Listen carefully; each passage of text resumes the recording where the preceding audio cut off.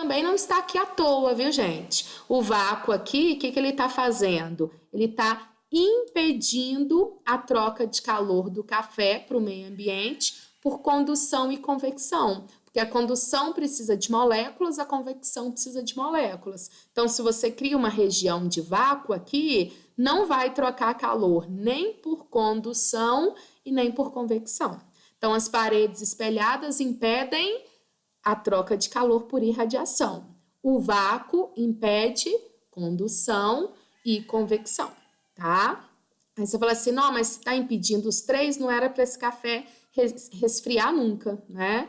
Na verdade, você pode ver que a tampa, ela é isolante, né? Mas ela não vai evitar a troca de calor por irradiação, né? Porque aqui você não tem nada espelhado na tampa, né? E também não temos o vácuo na tampa, né? Então, as perdas maiores acontecem na tampa, né? Então, não dá para isolar totalmente, mas já ajuda, tá? Então, as 3 afirmações estão certinhas. Agora, vamos para 6. Com relação aos processos de transferência de calor, considere as seguintes afirmativas. A primeira, a condução e a convecção são processos que dependem das propriedades do material no qual ocorrem. Certinho, acabei até de falar para vocês ali como é que fala? Na garrafa, né?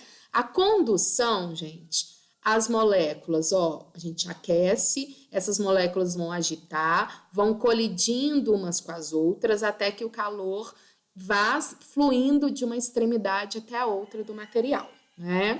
Condução acontece em sólidos e líquidos em gases, mas tem mais facilidade de acontecer em sólidos, porque nos sólidos as moléculas estão mais próximas, né? Lembrando que no ar vai estar muito distante, por isso o ar é um isolante térmico no processo de condução, né? E a convecção, você precisa ter um fluido, ou um líquido, ou o ar, né? Então, se você quer aquecer um líquido, o quente vai subir, o frio vai descer. Então, a gente vai ter um movimento das moléculas ali nas correntes de convecção. Então, beleza, preciso de um meio, tá? Mesma coisa aqui do ar, quer um aquecimento? Coloca embaixo para o ar quente subir e o frio descer. Quer resfriar ar-condicionado? Põe em cima para o frio descer e o quente subir, tá? Então, necessariamente, gente, processo de condução e convecção precisa de um meio material, ou um sólido, ou um líquido, ou um gás, para as moléculas estarem ou colidindo ou movimentando devido a uma diferença de densidade nos líquidos e nos gases, tá bom? Então, não acontece no vácuo, tá?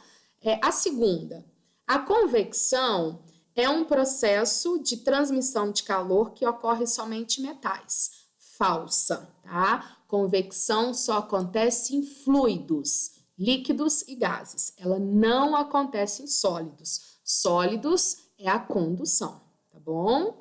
E o último, o processo de radiação está relacionado com a produção de propagação de ondas eletromagnéticas? Certinho. E radiação é o único processo que a onda vai se propagar no vácuo. Ela não precisa de um meio, porque quem transmite, quem propaga o calor são as ondas eletromagnéticas e não colisão ou movimento de moléculas, tá bom? Então, nesse aí, só a 2 falsa, tá?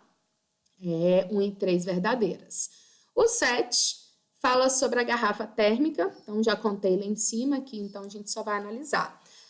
Tem paredes prateadas e duplas com vácuo no espaço intermediário. A vantagem de se fabricarem garrafas térmicas assim é porque as paredes prateadas, normalmente perguntou da parede, né? O que a parede prateada vai fazer, gente?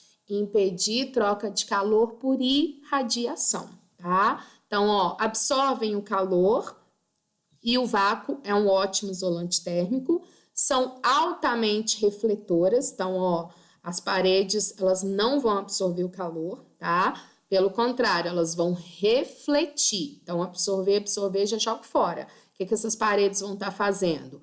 Refletindo a irradiação, né? Não deixando ela sair. Então, ou B ou ED, tá? E o vácuo, um ótimo isolante térmico. Então, com certeza, a letra B. A D fala que o vácuo é um excelente condutor. Não, tá? O vácuo é o melhor isolante térmico que a gente tem no processo de condução, porque não tem molécula, não vai conduzir calor no processo de condução de jeito nenhum. Lembrando que o vácuo vai impedir condução e convecção, tá bom? Então, com certeza, a letra B. E a última, gente, é da fórmula, né, da lei de Fourier, que a gente trabalha o fluxo de calor por condução. Então, ó, conta para vocês que a gente tem uma parede de tijolos e uma janela de vidro de espessura. Ó, a parede 1,80 e o vidro 2,5 milímetros, tá? Tem suas faces sujeitas a uma mesma variação de temperatura, tá? Então, a variação de temperatura delas vai ser equivalente. Dá pra gente a condutividade térmica do tijolo e do vidro e do sistema internacional e pede a razão entre o fluxo de calor por unidade de superfície pelo vidro e pelo tijolo. Gente, por unidade de superfície, superfície é área, tá? Então, é por unidade de área, para cada 1 metro quadrado de área. Então, a nossa fórmula é fluxo constante, área, variação de temperatura sobre a espessura, né? Então, vamos lá, vou colher os dados de cada um. O que eu tenho do vidro? A espessura, a constante, a variação de temperatura, que é a mesma para os dois, então deixei ΔT, e a área, que é 1 metro quadrado. Por quê, gente? Porque falou para cada unidade de superfície. Superfície é área, então para cada unidade de área, 1 metro quadrado de área, tá? Parede tem a espessura, tem a constante, a variação de temperatura é a mesma e também para cada unidade de área, tá?